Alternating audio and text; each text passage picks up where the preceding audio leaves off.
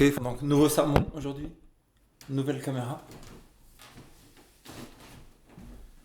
Et nous allons parler de quelque chose qui n'est pas préparé, mais qui a été préparé la semaine dernière en anglais. Et commençons la prière. Père Céleste, je prie qu'on puisse comprendre ta parole, qu'on puisse accepter ta parole au nom de Jésus. Amen. Donc la parole de Dieu nous dit que ce livre-là, que la plupart des gens avec qui on parle en Europe nous disent que ce livre est un livre de fables, est un livre de folie, est un livre passé, est un livre de Moyen-Âge, est un livre de racontard, est un livre qui est le figment de l'imagination d'une personne, est un livre de n'importe quoi, est un livre pour faire du business, etc. Comment ça se fait que la plupart des archéologues aujourd'hui ont trouvé que tout ce qui est écrit dans ce livre est vrai? Duplessis a trouvé, par exemple, pendant longtemps, les archéologues ont dit oui, le roi David est une histoire inventée de la Bible. Néanmoins, il y a 30 ans, ils ont trouvé une stèle, il y a écrit « J'ai tué le fils de la maison de David ». Donc, quasiment tout est trouvé, que ce soit le Ninévite, etc. Donc on a tout trouvé dans la parole de Dieu, comme quoi c'est véridique, que ce soit Babylone, que ce soit Ninive, que ce soit toutes les villes. Et ce que les gens ne veulent pas savoir, c'est que si vraiment Dieu existe, donc il y a un jugement, il y a des choses à suivre. Et donc il a le droit de juger sa création, de détruire sa création, d'accepter sa création, etc. Et donc il y a des lois à suivre, mais ce n'est pas des lois à suivre pour quoi que ce soit. En fait, c'est comme si vous aimez quelqu'un. Vous êtes la copine de quelqu'un, vous n'allez pas faire des choses, faire le ménage, faire à manger, parce que c'est une corvée. Vous le faites par amour. Et là c'est pareil, le problème c'est que vous ne connaissez pas le créateur de l'univers. Hier, j'ai parlé à une dame qui me disait oui, mais tout vient de la nature, c'est naturel. C'est naturel. Donc pourquoi la Terre qui est ronde deviendrait naturellement? Pourquoi les nuages viendraient naturellement? Pourquoi la vitesse de rotation de la Terre viendrait naturellement? Pourquoi la décision qui est jour et nuit soit naturelle, etc. Alors qu'on voit très bien qu'il y a un dessin. Et pourquoi un stylo, par exemple, ne serait pas naturel? Si l'univers vient naturellement, si les planètes viennent naturellement, si les montagnes viennent naturellement, pourquoi le stylo ne peut pas venir naturellement, par hasard? On voit que c'est n'importe quoi. Mais si la parole de Dieu est vraie, et si on connaît la vérité, et si vous ne connaissez pas, vous êtes quand même responsable. On voit dans Ézéchiel chapitre 3.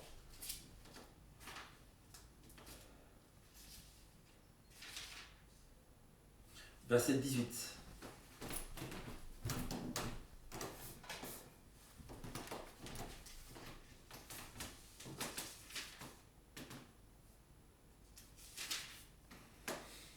Quand je dirai au méchant, tu mourras, si tu n'avertis pas, et si tu ne parles pas pour détourner le méchant de sa mauvaise voie, pour lui sauver la vie, ce méchant mourra dans son iniquité, et je te redemanderai son sang.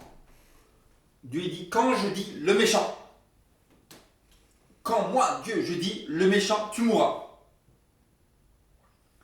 Toi qui connais la vérité, qui a grandi dans une famille chrétienne, qui connaît la vérité, et tu rencontres des gens au travail, etc., tu leur dis pas que vraiment il y a un jugement, il y a la fin du monde qui va arriver.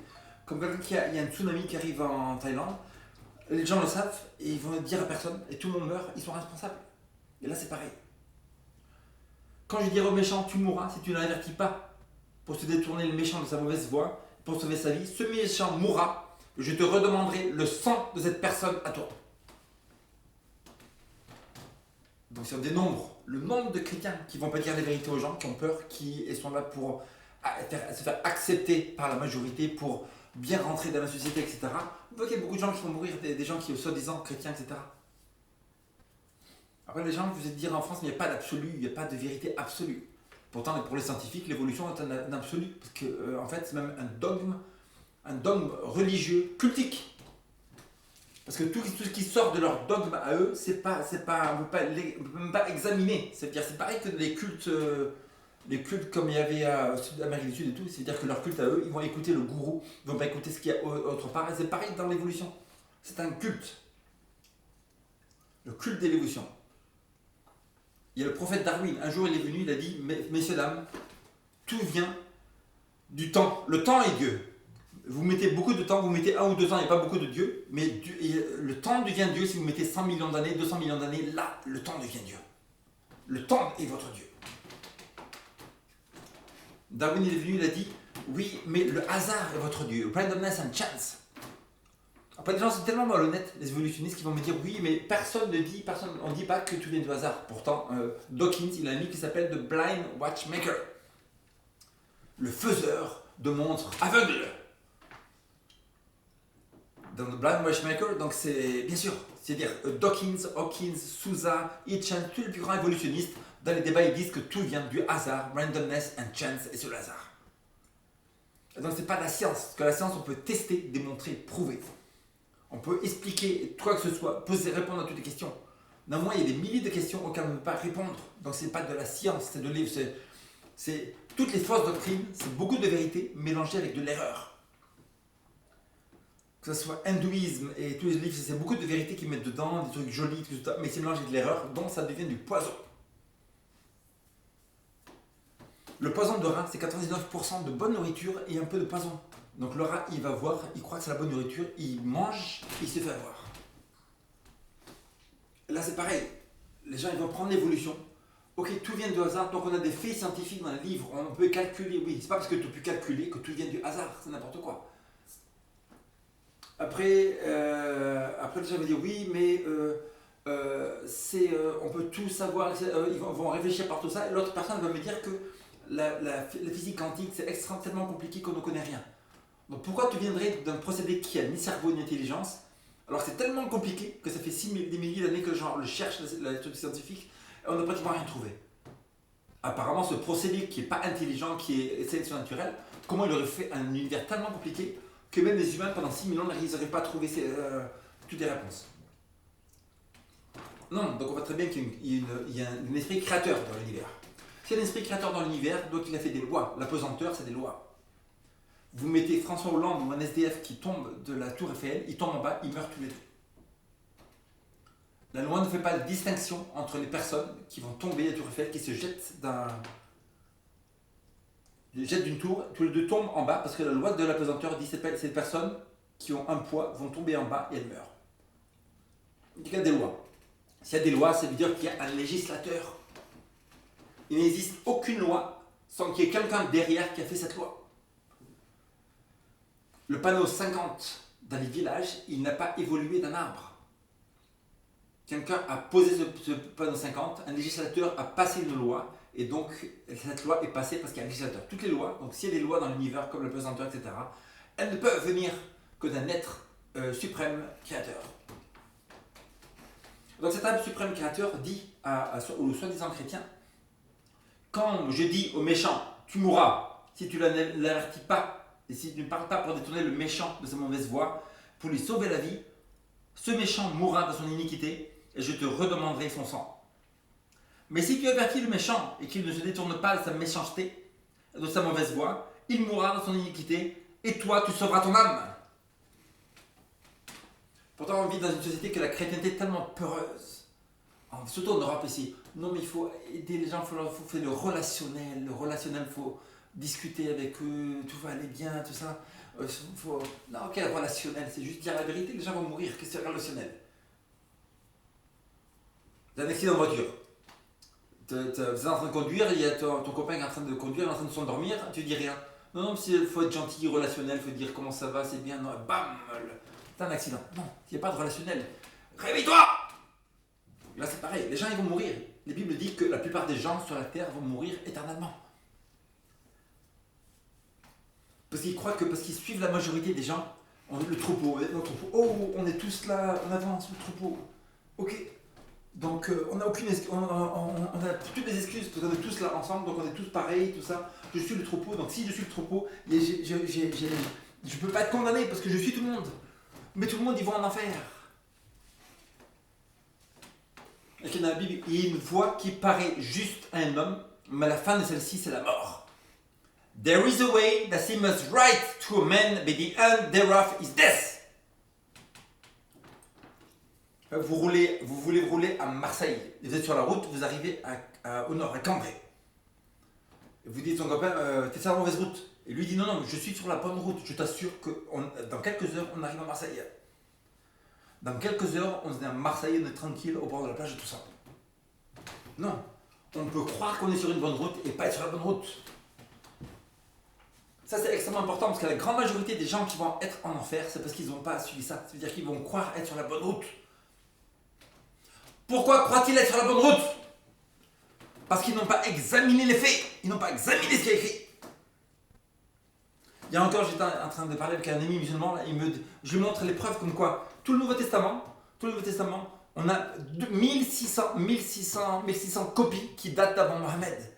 Du 1er siècle, 2e siècle, 3e siècle, 4e siècle, de tous les siècles jusqu'à maintenant, il y a des centaines de copies du Nouveau Testament parfaites qui sont exactement la même chose qu'on a aujourd'hui, qui prouvent irréfutablement que ce livre ne peut pas être changé. Et lui me répond, j'ai pas compris quoi. J'ai pas compris ta question. Quelle question t'as pas compris? Si Dieu te demande pourquoi n'as pas tu cru en moi? Ouais, j'ai pas compris ta question quoi. Tu peux répéter?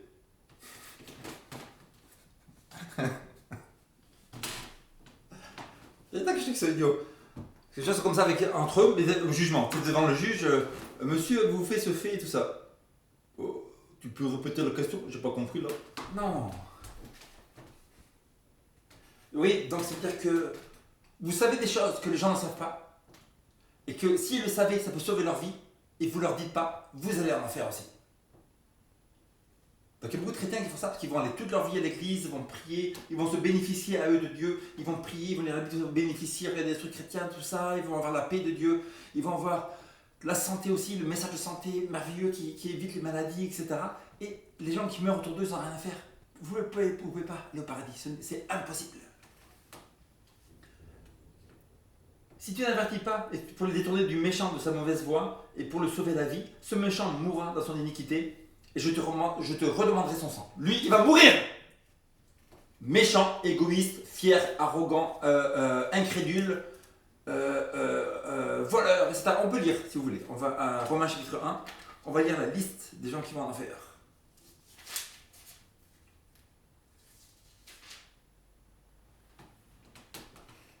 Étant rempli de toute espèce d'injustice, de méchanceté, de cupidité. Cupidité, c'est qu'ils veulent des choses qui appartiennent aux autres, etc. De malice. La malice qui font une apparence de bien et par derrière, ils font du mal. C'est les gens qui vont en enfer, qui ne vont pas paradis. Regardez la liste que peut-être vous appartenez à cette liste. Plein d'envie, de meurtre, de querelles, de ruse, de malignité. Hommes et femmes, ce sont des femmes aussi qui sont là querelleuses. Il n'y a aucune histoire de faire des histoires querelleuses. Ces gens-là vont en enfer. Rapporteurs, médisants, impies, arrogants, hautains. C'est pratiquement tout le monde dans la rue. Arrogant, hautain. Fanfarons, ingénieux au mal, rebelles à leurs parents, dépourvus d'intelligence, de loyauté. Dépourvus de loyauté. Si vous êtes dépourvus de loyauté, jamais vous n'entrez au paradis. Ce n'est pas possible. Dépourvus d'affection naturelle, de miséricorde, et bien qu'ils connaissent le jugement de Dieu déclarant dignes de mort ceux qui commettent de telles choses, non seulement ils les font, mais ils approuvent ceux qui les font. Donc si les gens qui font ça, il faut leur dire, si vous ne leur dites pas, malheur à eux, car les jugements vont tomber sur la face de ces personnes. Des jugements pas rigolos, parce qu'il y a écrit que les gens vont pleurer de souffrance. Il y a écrit que les 7 dernières plaies qu'il y a écrit dans l'Apocalypse 15 et 16, les 7 dernières plaies qui tombent sur l'Apocalypse 15 et 16, ne sont pas seulement sur les incrédules, sur les athées, sur ceux qui passent leur vie à se remplir d'égoïsme, de vas-y c'est moi qui compte, c'est moi, non. Là, ce qu'elle parle d'Apocalypse 15 et 16, c'est ceux qui reçoivent la marque de la bête, c'est des religieux. Apocalypse 15 et 16, c'est des gens qui les 7 derniers fléaux, les anges arrivent pour leur donner à eux, qui ont adoré la marque, qui ont adoré la bête, qui ont adoré son image, qui ont adoré son nom. C'est des gens qui sont extrêmement religieux et qui ont adoré un système, croyant que ça venait de Dieu. Est-ce que c'est un système chrétien? C'est un système chrétien.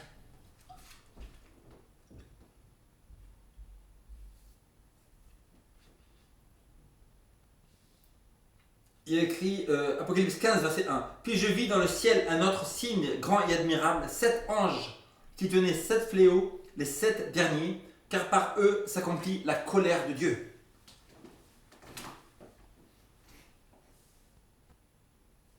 Les 7 derniers, les fléaux, pour ceux qui ont reçu la marque de la bête.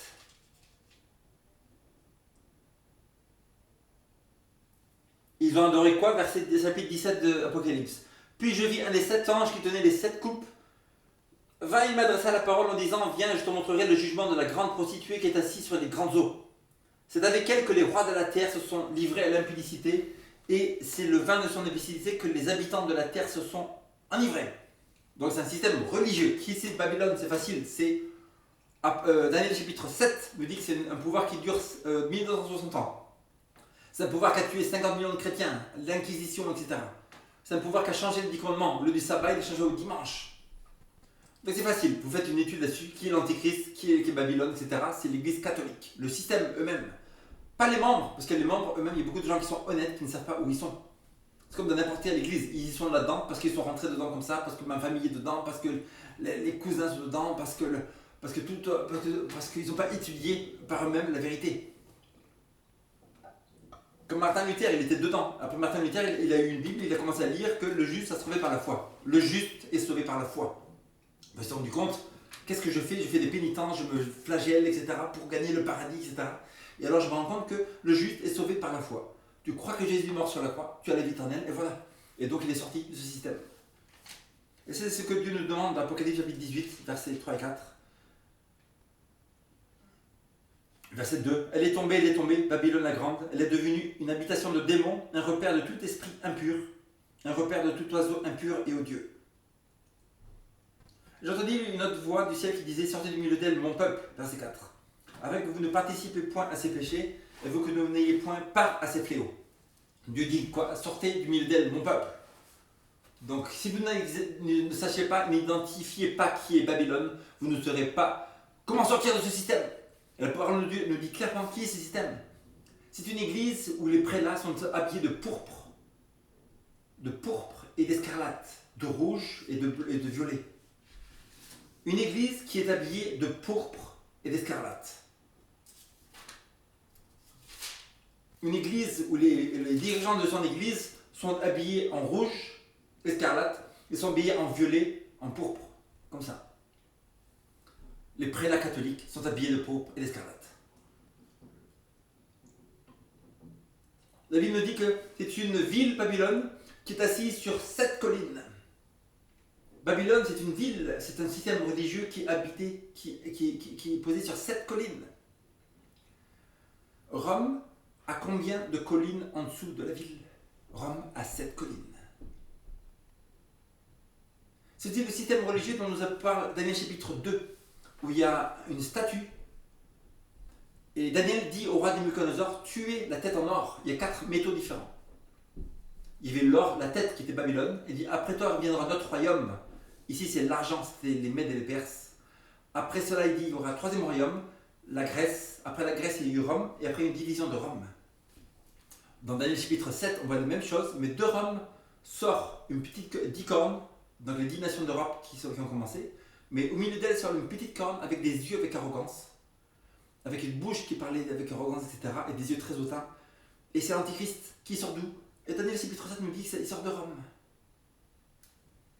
C'est un système qui va durer 1260 ans. Il est écrit dans un temps, des temps et la moitié d'un temps.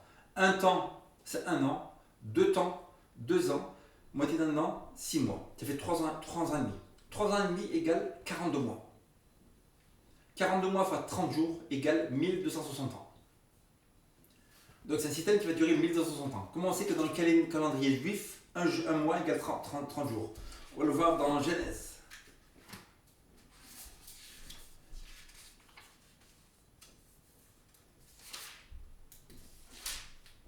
Genèse chapitre 7, verset 11. L'an 600 de la vie de Noé, le second mois, le 17e jour du mois, donc toutes les sources du grand abîme jaillirent et les gestas des cieux s'ouvrirent. Dans le 2e mois, 17e jour, le déluge commence. Chapitre 8, verset 4. Le 7e mois, le 17e jour, l'arche s'arrêta sur les montagnes d'Ararat. Donc du deuxième mois au septième mois, ça fait 2, 3, 4, 5, 6, 7. Ça fait 5 mois. On est ici, dans le chapitre 7, verset 24. Les eaux furent grosses sur la terre pendant 150 jours. Donc le déluge, il durera 150 jours. Il est écrit ici que ça durera du deuxième mois au septième mois, ce qui est 5 mois. C'est-à-dire que si c'est 150 jours, vous mettez 30 jours dans 5 mois. Donc tous les mois bibliques sont 30 jours et non pas 29 ou 31 comme on a maintenant.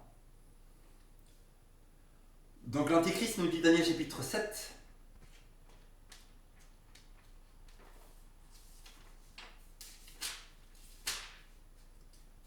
Daniel chapitre 7, verset 25. Il prononcera des paroles contre le Très-Haut.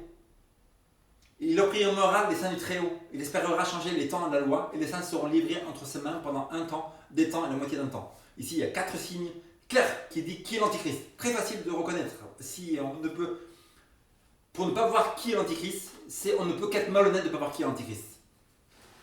Il y a un système qui sort de Rome. Il y a 4 nations. La quatrième des grands pouvoirs qu'il y a eu sur la terre, c'est Babylone, Mède et Perse, Grèce, Rome, qui sort de Rome.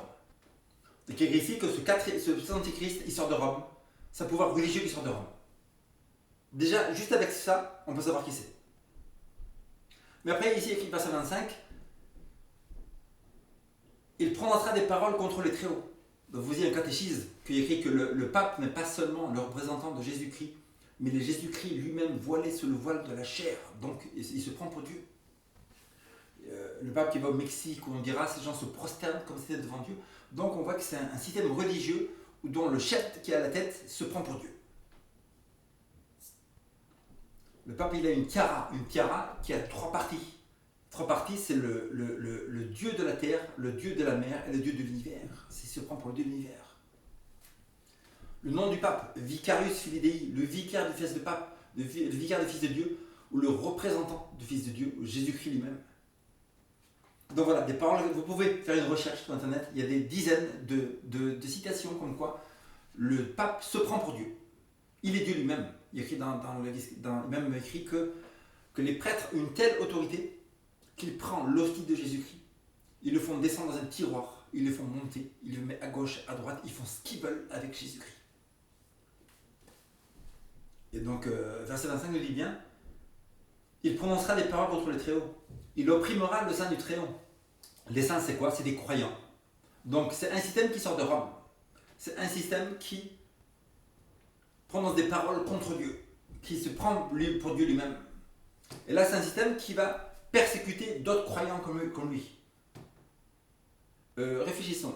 Quel système pendant le Moyen-Âge, après la chute de Rome en 400 et quelques après Jésus-Christ, donc Rome est tombé avec 400 après Jésus-Christ, depuis ce temps-là jusqu'à maintenant, y a-t-il un système en Europe qui était croyant, chrétien, et qui a persécuté d'autres chrétiens? Qui ça doit être? Réfléchissons. Qui a tué des millions de chrétiens? Ah, l'Église catholique. Ah oui, 50 millions de protestants, de vaudois, de huguenots, d'albigeois au sud de la France sont morts sous ce système. Et la Bible nous l'a prophétisé dans Daniel chapitre 7, écrit 600 ans avant Jésus-Christ. Il a écrit, il opprimera les saints du Très-Haut. Voilà, Inquisition, comme à Paris, le 24 août 1572. La Seine était tellement pleine de sang, la ville était tellement pleine de sang que la Seine était rouge de sang.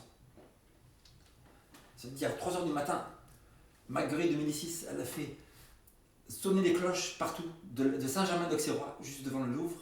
Et là, tous les catholiques sont sortis dans la rue, ils ont commencé à lyncher, couper les têtes des protestants, les jeter par terre avec des bâtons, avec des couteaux, etc. Milliers de morts partout, pas seulement ici, dans toute la France. Et voilà, donc ils espéreront changer l'état. Et les saints seront livrés entre ses mains pendant un temps, des temps, la moitié d'un temps. Donc il y a écrit ici, donc il va persécuter les chrétiens. Après il écrit, il espérera changer les temps à la loi. Donc la loi c'est quoi? Ah, les 10 commandements. Les 10 commandements c'est quoi? Les 10 commandements c'est 1, tu n'auras pas d'autre Dieu devant ma face. Numéro 2, tu ne prosterneras pas devant des images, devant etc.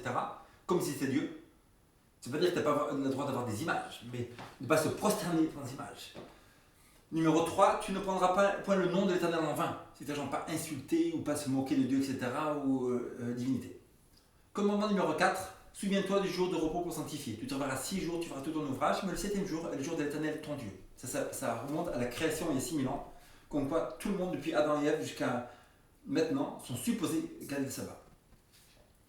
Après, cette deuxième partie des 10 commandements, c'est honore ton père et ta mère, tu ne commettras pas d'adultère, tu ne tueras point, tu ne prendras point le nom, tu ne veux pas mentir, voler, etc.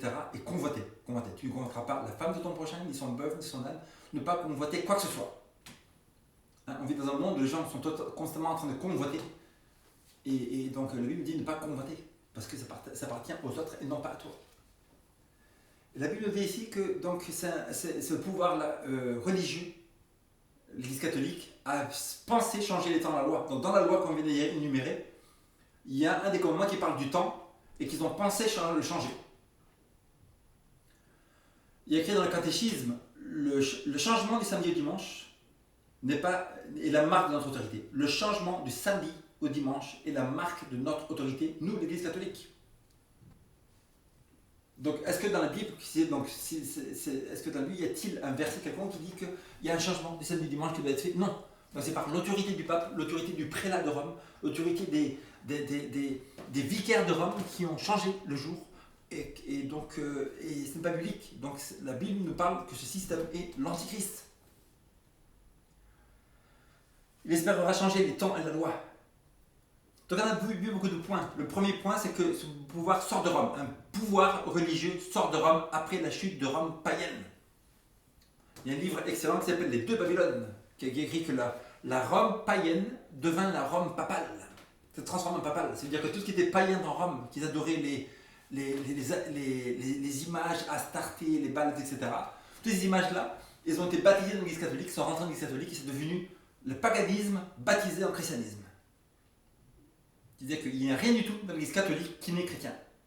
Les gens, oui, parce qu'ils ne savent pas, ils n'ont pas étudié la parole de Dieu correctement, ni les prophéties, mais ce système se dit catholique, mais qui la parole de Dieu, que Satan rentre dans l'Église de Dieu, se faisant passer pour Dieu lui-même. Et tout ce qu'on a dans l'Église catholique est des symboles incroyables. On peut parler des heures sur les symboles qu'il y a dans l'Église catholique, c'est de A à Z, c'est satanique. Vous allez à Notre-Dame, il y a une grande roue solaire en Notre-Dame. Qu'est-ce que ça signifie?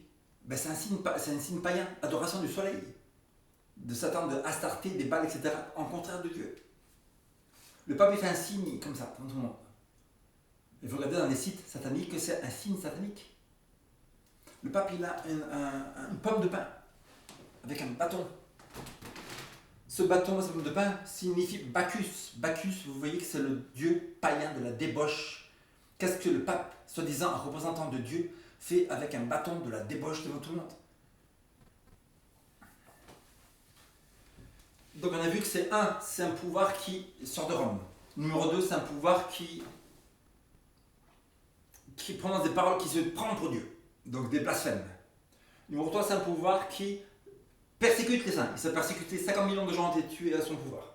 L'Antichrist. L'Antichrist, c'est un pouvoir qui change les 10 commandements. Il dit, moi j'ai le pouvoir de changer les 10 commandements, je prends mon stylo, les 10 commandements que Dieu a écrits, moi je prends mon stylo, je mets dimanche ici. Écrit samedi, moi le pape, je fais comme ça.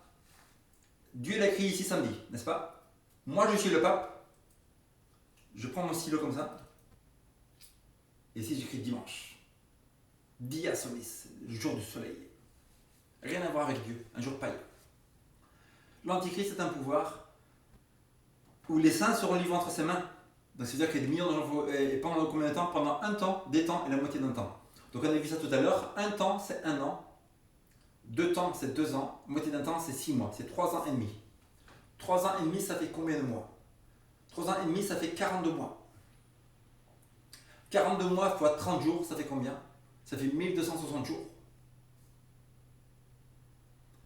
Donc c'est un pouvoir qui va durer 1260 jours. Donc si bien que dans Ézéchiel 4-6, ça nous dit qu'un jour égale 1 an. C'est un principe biblique, un jour égale 1 an. Donc c'est un pouvoir qui va durer 1260 ans. Rome païenne est tournée vers 400 et quelques. Donc on prend 457, où Justinien donne le pouvoir au pape, et le pouvoir temporel spirituel de la papauté commence en 457. Vous ajoutez ces 1260 ans de tout le règne papal de Moyen-Âge, vous arrivez à 1798. 1798, Berthier, le général de Napoléon, va à Rome l'armée française prend le pape captif, il revient en France à Valence et il meurt. Et depuis ce temps-là, 1798 jusqu'à la Deuxième Guerre mondiale, l'Église catholique n'avait pas de pape, c'était une église morte. Donc comme la parole de Dieu nous l'a prédit il y a 2500 ans, c'était écrit tout ça dans la Bible. Et les gens disent que c'est un livre de contes de fées, etc. Alors qu'il y a des détails incroyables sur toute la fin du monde. Ils seront livrés en face main pendant un temps, des temps et la moitié d'un temps. De créer que 5 pouvoirs, donc vous voyez tous les pouvoirs. Que ce soit la Chine, la Russie, etc. Vous voyez si ça va régner 1260 ans. Et vous voyez que vous arrivez à l'Église catholique qui a duré 1260 ans. Et qui est revenu un peu au pouvoir. Parce qu'il y a écrit dans Apocalypse 13 que la blessure mortelle est guérie. Apocalypse chapitre 13.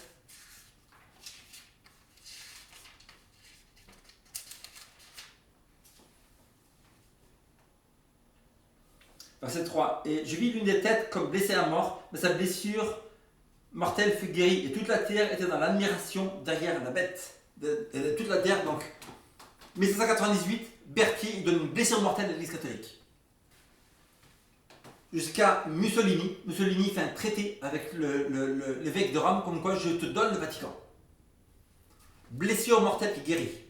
Et depuis ce temps-là, maintenant il écrit que toute la terre est en adoration devant la bête. Toute la terre. Tu vas au Mexique, Honduras, Chili, en Afrique, des millions de gens qui adorent le pape, etc. Croyant qu'il est le représentant de Jésus-Christ. Mais l'une de ses têtes était blessée à mort, et sa blessure mortelle fut guérie, et toute la terre était dans l'admiration devant la bête. Ils adorèrent le dragon, le diable, parce qu'il avait donné l'autorité à la bête. Qui c'est qui donne le pouvoir à l'Église catholique d'être partout dans le monde, devant la télévision, etc. C'est un système chrétien religieux, non? Écrit. Et le diable, ils adorèrent le diable parce qu'il avait donné l'autorité à l'Église catholique. Ils adorèrent la bête de l'Église catholique en disant qui est semblable à la bête de l'Église catholique et qui peut combattre contre l'Église catholique. Et qui c'est qui donne ce pouvoir mondial à l'Église catholique? Écrit le dragon, le diable. Ce n'est pas un système religieux, c'est un système satanique. Et il lui fut donné une bouche qui proférait des paroles arrogantes et des blasphèmes. On vient de voir quels sont les blasphèmes. Vous faites une étude, il y a beaucoup de versets sur l'internet partout qui montrent toutes les citations incroyables de l'Église catholique qui se disent « Nous sommes Dieu sur la terre, nous avons le droit de changer la Bible comme on veut, etc. » Donc beaucoup de citations blasphématoires. Il lui fut donné le pouvoir d'agir pendant 42 mois. Donc on était dans Daniel, qui est écrit par le prophète Daniel en 650 ans avant Jésus-Christ. Et là, on a un autre livre d'une autre personne qui ne se sont pas connues, qui est l'apôtre Jean, en 90 sur l'île de Patmos. Et lui, il dit que ce pouvoir va régner 42 mois. Donc on avait vu que un temps, des temps à la moitié d'un temps, c'est égal à 3 ans et demi. 3 ans et demi, c'est 42 mois. 42 mois, c'est 1260 ans. Et elle ouvrit la bouche pour proférer des blasphèmes contre Dieu. Qui ça? L'Église catholique. Pour blasphémer le nom de Dieu et son tabernacle et ceux qui habitent dans le ciel.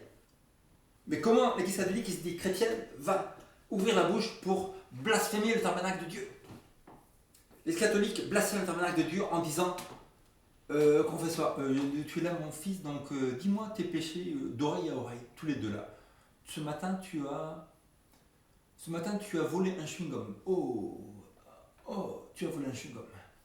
Bon mon fils, ce qu'on va faire, c'est que je te pardonne, je te donne un pardon complet, moi, le prêtre de l'église de Saint-Germain-des-Prés, je te donne un pardon complet. C'est-à-dire que le système du sanctuaire céleste, où maintenant Jésus est en train d'intercéder pour tout le monde et pardonner les péchés, où est le grand prêtre, ici les prêtres catholiques se disent être Jésus-Christ, ils prennent la place de Jésus-Christ du pardon des péchés. C'est là qu'il écrit que c'est des blasphèmes. Ils ouvrent la bouche pour procéder des blasphèmes contre Dieu. Et il, à qui l'Église catholique lui fut donné de faire la guerre aux saints chrétiens et de les vaincre. Il lui fut donné l'autorité sur toute tribu, sur tout peuple, sur toute langue et sur toute nation. Bientôt l'Église catholique va revenir au pouvoir comme au Moyen-Âge. Maintenant nous vivons dans une période totalement non religieuse. À cause d'Obama, on est dans le summum du non-religieux en ce moment. On est dans le summum de l'athéisme, le summum de l'égoïsme, le summum du moi, il y a comment qui compte, etc. Obama, il dégage dans 10 mois. On est en février, en octobre ou novembre, Obama, il va dégager. Et donc, il faut savoir que tous les jeunes de la Terre et tous les gens, ils ne vont pas écouter les présidents de leur pays, mais ils vont écouter Hollywood, ils vont écouter MTV, ils vont écouter Yahoo, machin, Facebook, tout ça. Donc c'est ça qui dirige le monde et c'est Obama qui dirige tout ça. Et donc la plupart des jeunes en Russie, en France, en Italie, ils ne sont pas influencés par le président, mais ils sont influencés par Hollywood et par Obama. Donc tout ce que dit le président américain, c'est extrêmement important pour le reste du monde. Et ce président-là remplit la terre d'athéisme. Nous ne sommes plus une nation chrétienne, mais totalement athée, on fait ce qu'on veut. Donc ce président-là va dégager. Et donc cette période d'athéisme profond dans laquelle nous sommes en train de vivre va totalement dégager dans pas longtemps. Si ce n'est pas dans le prochain président, les prophéties nous disent que bientôt le monde va devenir extrêmement religieux, mais partout, même le monde athée en Europe va devenir extrêmement religieux, comme au Moyen-Âge.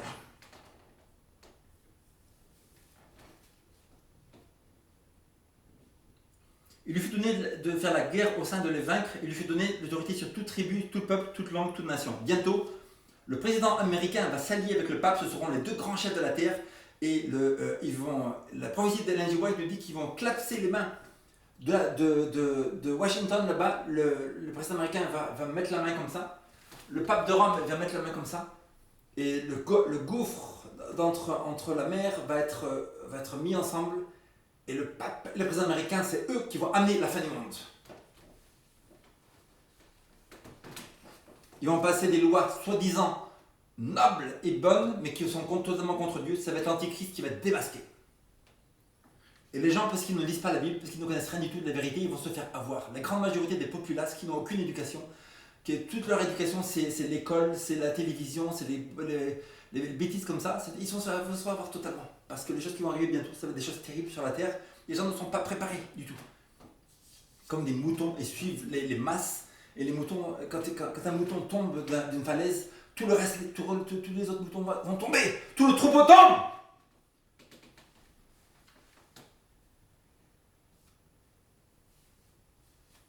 Et tous les habitants de la terre l'adoreront. Qui? Le pape. Apocalypse 13, verset 8. Et tous les habitants de la terre vont l'adorer. Qui ça? Le pape. Le pape, le pape, le pape. Ceux dont le nom n'a pas été écrit dès la fondation du monde dans le livre de vie de l'agneau qui a été immolé. Donc que ça soit, donc ceux qui ne croient pas que Jésus-Christ est mort sur la croix, donc ça inclut les musulmans, ça inclut tous les athées, ça inclut tous les bouddhistes, ça inclut tous les hindous. Je sais en Inde il n'y a pas longtemps, en Inde il y a 1 milliard de gens dans ce pays, c'est incroyable. Les foules de gens qui à gauche à droite dans ce pays, c'est des masses de gens incroyables. Et ça c'est 1 milliard de gens qui croient en Vishnu, qui croient en Krishna, etc. En Europe, c'est des millions de gens qui croient dans le hasard, dans le dieu hasard, dans les bêtises religieuses comme ça. Donc ils ne l'ont pas examiné parce que c'est par défaut, parce qu'on leur a appris ça à l'école.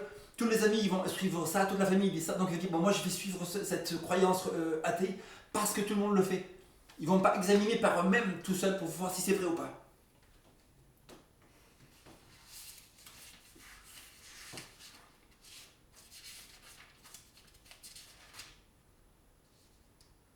Si quelqu'un a des oreilles, qu'il entende.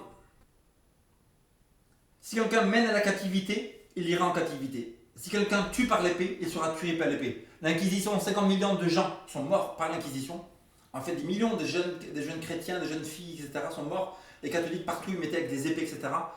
Au moment de la Révolution française, les mêmes catholiques au XVIe siècle qui ont tué, la rétribution est venue sur elles et partout les galères, les prisons étaient remplies de prêtres catholiques à la Révolution.